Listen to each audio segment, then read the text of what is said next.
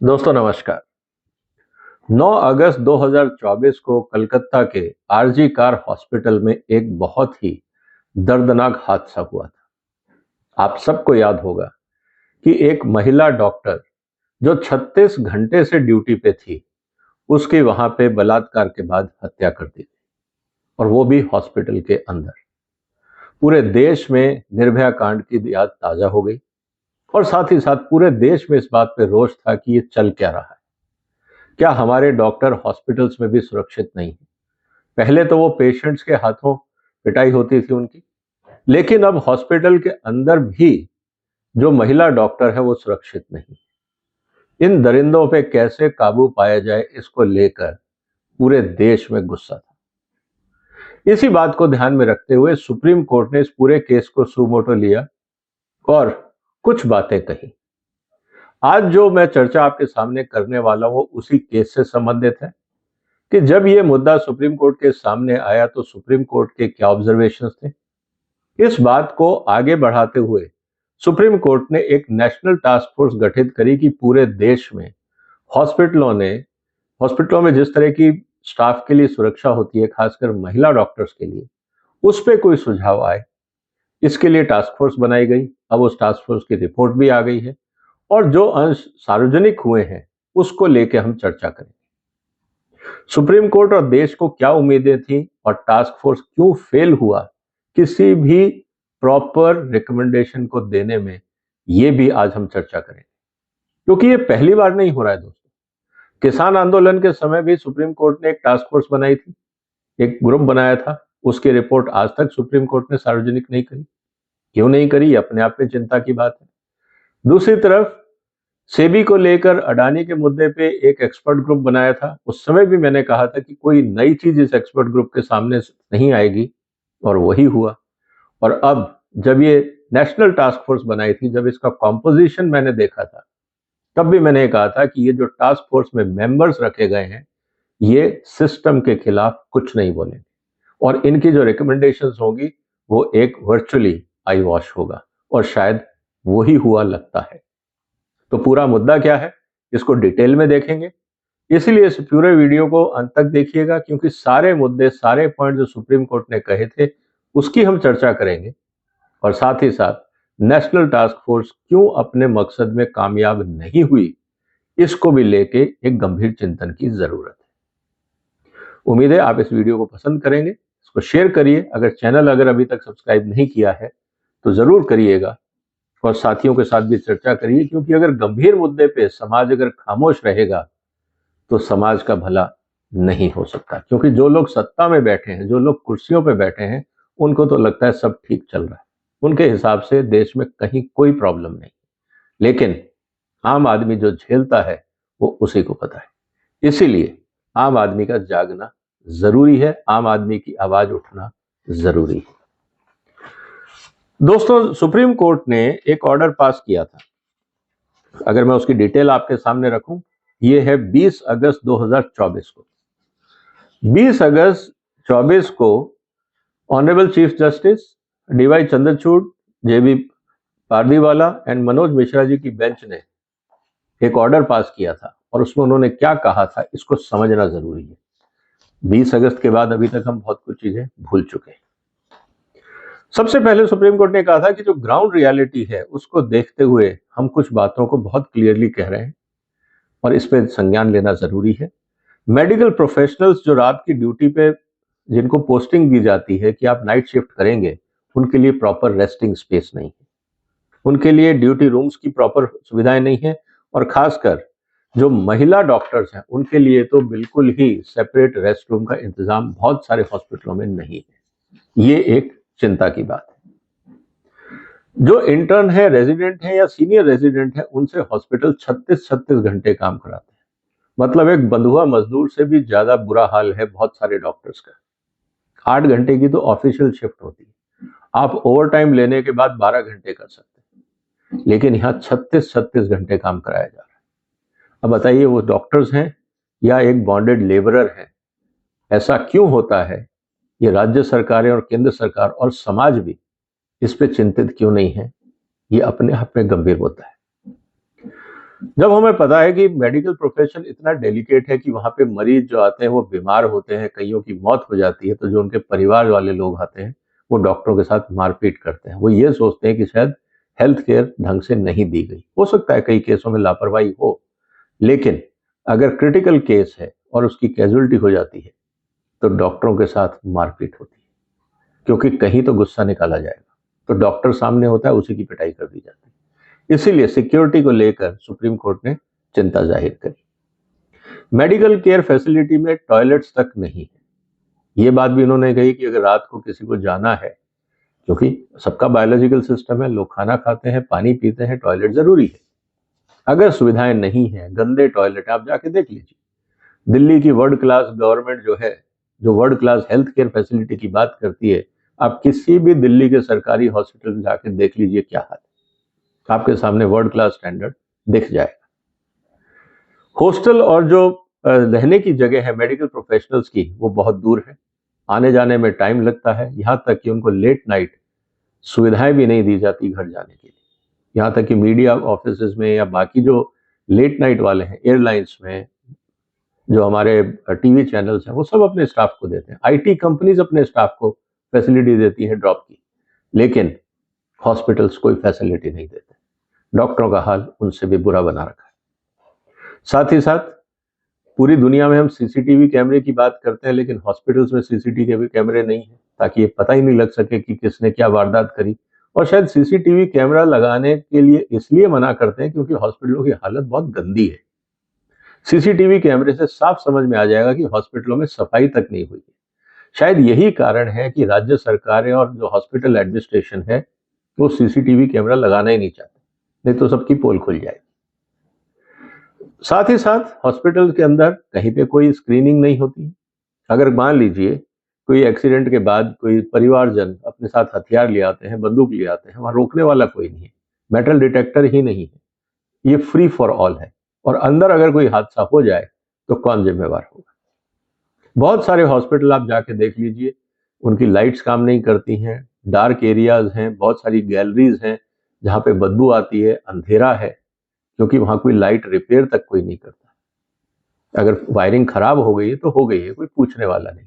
क्योंकि जितने senior doctors आते हैं ज्यादातर वो दिन में आते हैं, तो दिन में शायद लाइट की जरूरत नहीं दिखती होगी, लेकिन रात को बहुत सारे ऐसे ब्लैक स्पॉट्स हैं या डार्क स्पॉट्स हैं जहाँ पे लाइट की जरूरत है, लेकिन जो हॉस्पिटल्स के डायरेक्टर्स हैं उनके पास टाइम ही नहीं है कि वो जाके चेक करें कि सेफ्टी स्टेटस क्या है।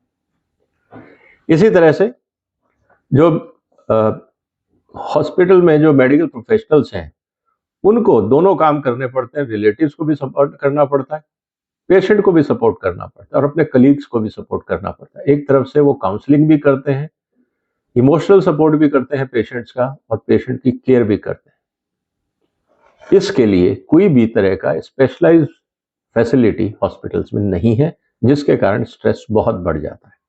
और साथ ही साथ जहाँ पे इंटेंसिव केयर और इमरजेंसी वार्ड है, जहाँ पे अक्सर कैजुअलिटी या डैमेजिंग केसेस आते हैं, जहाँ पे हमेशा टेम्परेचर हाई रहता है, हर आदमी जल्दी में होता है और झगड़े ज्यादातर वहीं होते हैं, वहां पे कोई स्पेशल सिक्योरिटी का इंतजाम भी नहीं। ये सुप्रीम कोर्ट के ऑब्जर्वेशन थे, मुझे लगता है बिल्कुल सही है। इसीलिए सुप्रीम कोर्ट ने एक कमेटी बनाई और उसमें सब बड़े बड़े नाम उन्होंने रख दिए। आप ये कह सकते हैं कि साहब ज्यादातर सरकारी हॉस्पिटलों के नाम थे। अब सवाल इस बात का है कि बड़े बड़े सरकारी और प्राइवेट हॉस्पिटल के डायरेक्टर्स के आपने नाम तो लिख दिए और एक नेशनल टास्क फोर्स बना दी।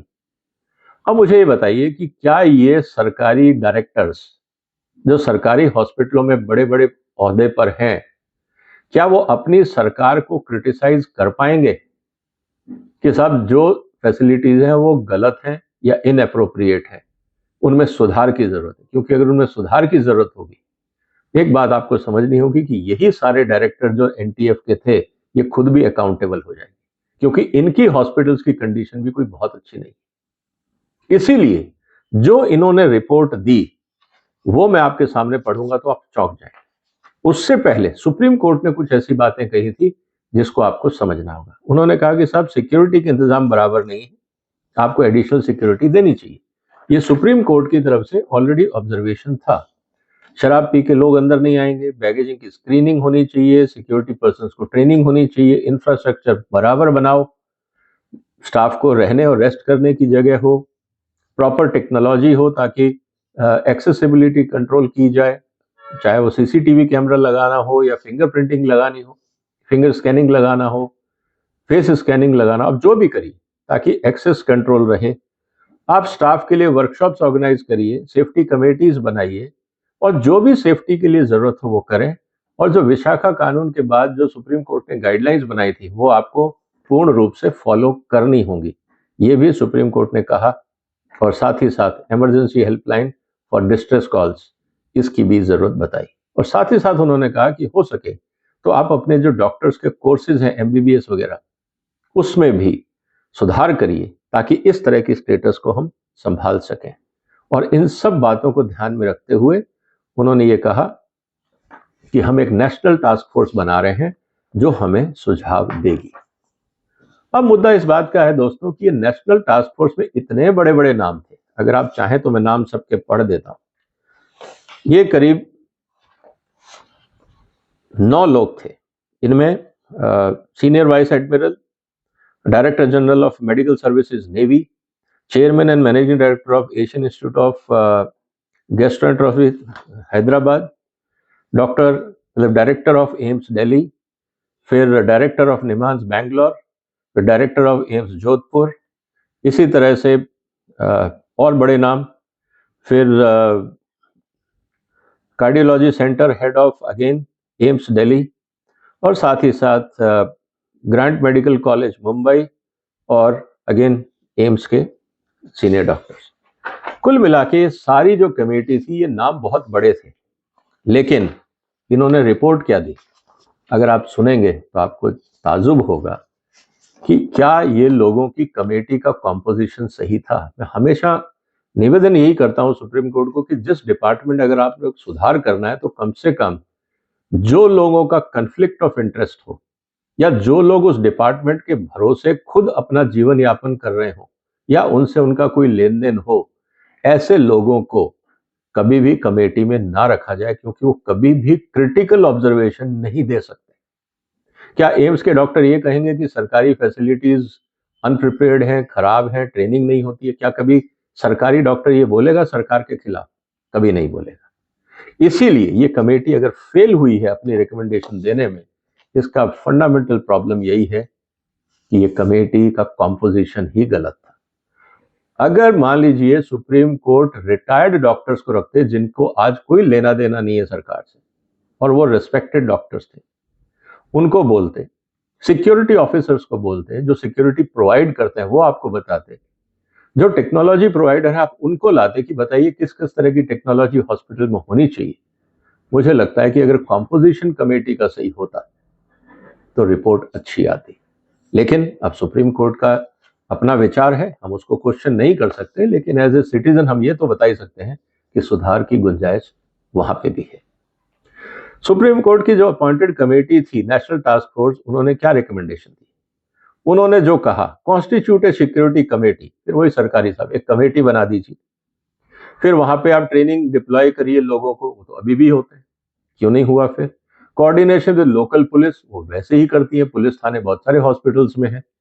लोकल एडमिनिस्ट्रेशन में जो नेटवर्क है मोबाइल, उसको ऑगमेंट किया जाए। तो अगर डायरेक्टर कहेंगे किसी टेलीकॉम कंपनी की भैया 1-2 टावर और लगा दो या वहां पे बूस्टर लगा दो, तो कोई मना तो करेगा नहीं। क्यों नहीं किया गया? सवाल इस बात का है।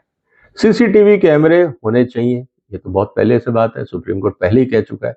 सिक्योरिटी कंट्रोल रूम होना चाहिए, डिस्ट्रेस कॉल सेंटर होना चाहिए, क्विक रिस्पांस टीम होनी चाहिए, इंसिडेंट्स रिपोर्टिंग सिस्टम होना चाहिए, सेंट्रलाइज हेल्पलाइन होनी चाहिए, डॉक्टर्स के आने जाने के लिए रात को ट्रांसपोर्ट फैसिलिटी देनी चाहिए। ये सब कॉमन सेंस की बातें जो हर छोटे से छोटे इस्टेब्लिशमेंट में, फैक्ट्रियों में ये होता है।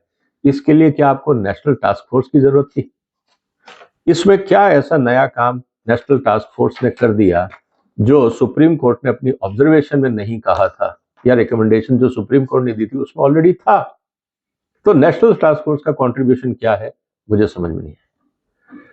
साथ ही साथ उन्होंने कहा कि साहब नेशनल मेडिकल काउंसिल की जो गाइडलाइंस हैं ड्यूटीज ऑफ डॉक्टर्स, वो फॉलो होनी चाहिए। तो डायरेक्टर तो यही लोग हैं, क्या आपके हॉस्पिटल्स में फॉलो हो रहा है? क्या आपके कलीग्स जो बाकी डायरेक्टर्स हैं वो फॉलो कर रहे हैं? किसी और को तो करना नहीं है, आप ही के कलीग्स को करना है, क्यों नहीं कर रहे वो? यहां आपने क्यों नहीं लिखा कि जो director should be made accountable? इस पूरी रिपोर्ट में, नेशनल टास्क फोर्स की रिपोर्ट में कहीं पे भी अकाउंटेबिलिटी किसकी होगी, इस पे पूरी रिपोर्ट साइलेंट है। सारे वेग रिकमेंडेशन है। कहीं उन्होंने कहा कि director of the hospital should be made accountable for the following things, HODs should be made accountable for the following things, कहीं उन्होंने ये लिखा है? मेरे को भी रिपोर्ट में कहीं नहीं दिख रहा है। अकाउंटेबिलिटी खुद नहीं लेना चाहते बड़े लोग, लेकिन छोटे लोगों के लिए उपदेश सब देते हैं। Presence of doctors in emergency service area होना भी चाहिए। अगर डॉक्टर नहीं है वहां पे, सीनियर डॉक्टर्स, तो ये हॉस्पिटल की अपनी नाकामी है, क्योंकि अगर जूनियर डॉक्टर ही सारे इमरजेंसी केसेस हैंडल कर लेता तो सीनियर्स की जरूरत क्यों है हमें? फिर तो पूरे हॉस्पिटल में आप जूनियर ही रखिए, क्यों? जब जरूरत है सीनियर के एक्सपर्टाइज की, जब वही अवेलेबल नहीं है तो फिर जरूरत क्या है बाकी रही? Equitable distribution of work between junior and senior, ये कौन करेगा? इसके लिए कानून बनेगा या बेसिक प्रोटोकॉल है कोई भी ऑर्गेनाइजेशन में जो अपने आप डायरेक्टर्स को करना चाहिए? लेकिन नहीं होता। फिर रही बात कि साहब सेक्सुअल वायलेंस के अगेंस्ट मेडिकल प्रोफेशनल्स के लिए ये जो रिकमेंडेशंस इन्होंने दी हैं, ये सारी की सारी विशाखा केस के अंदर सुप्रीम कोर्ट पहले ही दे चुका है। तो मुझे नहीं लगता कि नेशनल टास्क फोर्स में इन्होंने क्या नई बात करी है। एस्पिरेशनल इन्होंने एक बात की है कि साहब एक नेशनल हमें स्टैंडर्ड बनाना चाहिए, और ये अगर ये नेशनल स्टैंडर्ड बनाने के लिए, सेफ्टी प्रोटोकॉल के लिए और कोऑर्डिनेशन के लिए अगर एक यूनिफाइड फोरम हो, तो इसमें एस्पिरेशनल क्या है? वो तो सिंप्लीफिकेशन है। नेशनल टास्क फोर्स एक बार code of emergency related to violence, इसमें नई बात क्या है? नेशनल टास्क फोर्स अगर कहेगी एक कोड होना चाहिए हाउ टू हैंडल इमरजेंसीज, ये तो बेसिक एसओपी है, इसमें नया कोड बनाने की क्या जरूरत है? तो हर हॉस्पिटल में क्या, हर फैक्ट्री में, हर इंस्टीट्यूशन में, हर स्टेब्लिशमेंट में हाउ टू हैंडल इमरजेंसी, ये तो बेसिक कंटिजेंसी प्लान होता ही है। हॉस्पिटल्स को अलग से कोड बनाया जाए, ये कौन सा लॉजिक है? तो वहां एडमिनिस्ट्रेशन कर क्या रहा है? वहां जो सेफ्टी प्रोटोकॉल बना रहे हैं सिक्योरिटी ऑफिसर्स, वो कर क्या रहे हैं? कि आपके पास वहां पे कंटिजेंसी प्लान का कोई सिस्टम ही नहीं है। इससे तो ये पता लगता है कि जो हॉस्पिटल मैनेजमेंट है वो डायरेक्टर्स के हाथ से लेके प्रोफेशनल मैनेजर्स को दे देना चाहिए, क्योंकि डायरेक्टर्स का काम है मेडिकल केयर पे ध्यान दें, ना कि एडमिनिस्ट्रेशन। हमारे यहाँ जो हॉस्पिटल्स की सबसे बड़ी प्रॉब्लम ये है कि जो मेडिकल डॉक्टर है वो एडमिनिस्ट्रेशन संभालता है, जिसके लिए वो ट्रेंड ही नहीं है। तो मेरा रिकमेंडेशन भारत सरकार को और सुप्रीम कोर्ट को यह है कि मेडिकल केयर और जनरल एडमिनिस्ट्रेशन को अलग कर दिया जाए। एडमिनिस्ट्रेशन में क्वालिफाइड डॉक्टर्स का टाइम वेस्ट ना किया जाए। एडमिनिस्ट्रेशन की जिम्मेवारी उन लोगों की दी जाए जो उस काम के लिए एक्सपर्टाइज है, और डॉक्टर्स का काम हो सिर्फ हेल्थ केयर पे ध्यान दें। कौन छुट्टी ले रहा है, कौन सफाई कर रहा है, बिजली लगी नहीं लगी, क्या ये डॉक्टर का काम है? लेकिन हमारे यहाँ डायरेक्टर बन के हम लोग नॉन प्रोफेशनल वर्क ज्यादा करना चाहते हैं, लेकिन प्रोफेशनल्स पे ध्यान नहीं देते। फिर उन्होंने कहा कि साहब आप अटेंडेंस के लिए इलेक्ट्रॉनिक आईडी और फेस रिकॉग्निशन बनाइए। छोटे छोटे दुकान घरों में लग गया है, हर जगह फेस रिकॉग्निशन है या अटेंडेंस के लिए बेसिक सिस्टम है। इसके लिए इन्होंने शब्द यूज किया एस्पिरेशनल रिक्वायरमेंट। अगर बेसिक कॉमन सेंस की चीज भी अगर आज एस्पिरेशनल है तो नेशनल टास्क फोर्स की जरूरत नहीं थी। फिर इन्होंने कहा कि साहब display for vacant and occupied bed का स्टैटिस्टिक्स वहां लगना चाहिए, तो आज भी लगना चाहिए। एस्पिरेशन क्यों है? क्या पता नहीं लगना चाहिए कि अगर 300 बेड का हॉस्पिटल है, कितने खाली हैं, कितने भरे हुए हैं, और कौन से वार्ड में कितने खाली हैं? इसमें एस्पिरेशन की क्या बात है? रेलवे वाले दिखाते हैं कि कौन से ट्रेन कौन सी जगह आएगी। सुप्रीम कोर्ट और कोर्ट्स में आता है डिस्प्ले, आप इंटरनेट पे देख सकते हैं कि कौन से कोर्ट में कौन से नंबर का कितना केस चल रहा है। पार्किंग तक में लगा हुआ है कि कितने कौन से फ्लोर पे कितनी पार्किंग ऑक्यूपाइड है, कितनी खाली है। म्युनिसिपैलिटी पार्किंग में भी लगा हुआ है, हॉस्पिटल में क्यों नहीं लग सकता? ये क्या एस्पिरेशन है?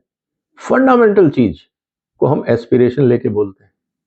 और साथ ही साथ कि जहां वहां कंस्ट्रेंट है, तो जो हेल्थ केयर सेंटर्स हैं उनको कोशिश करनी चाहिए कि रेजिडेंट डॉक्टर्स के लिए, फिर भी ये कहते हैं कि स्पेस कंस्ट्रेंट है, इसीलिए हम उनके लिए कहते हैं कि आप कोशिश करिए।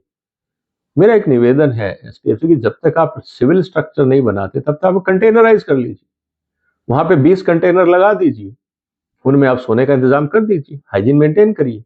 और कंटेनर्स तो आप कहीं भी लगा सकते हैं ना, हॉस्पिटल प्रेमाइसिस में।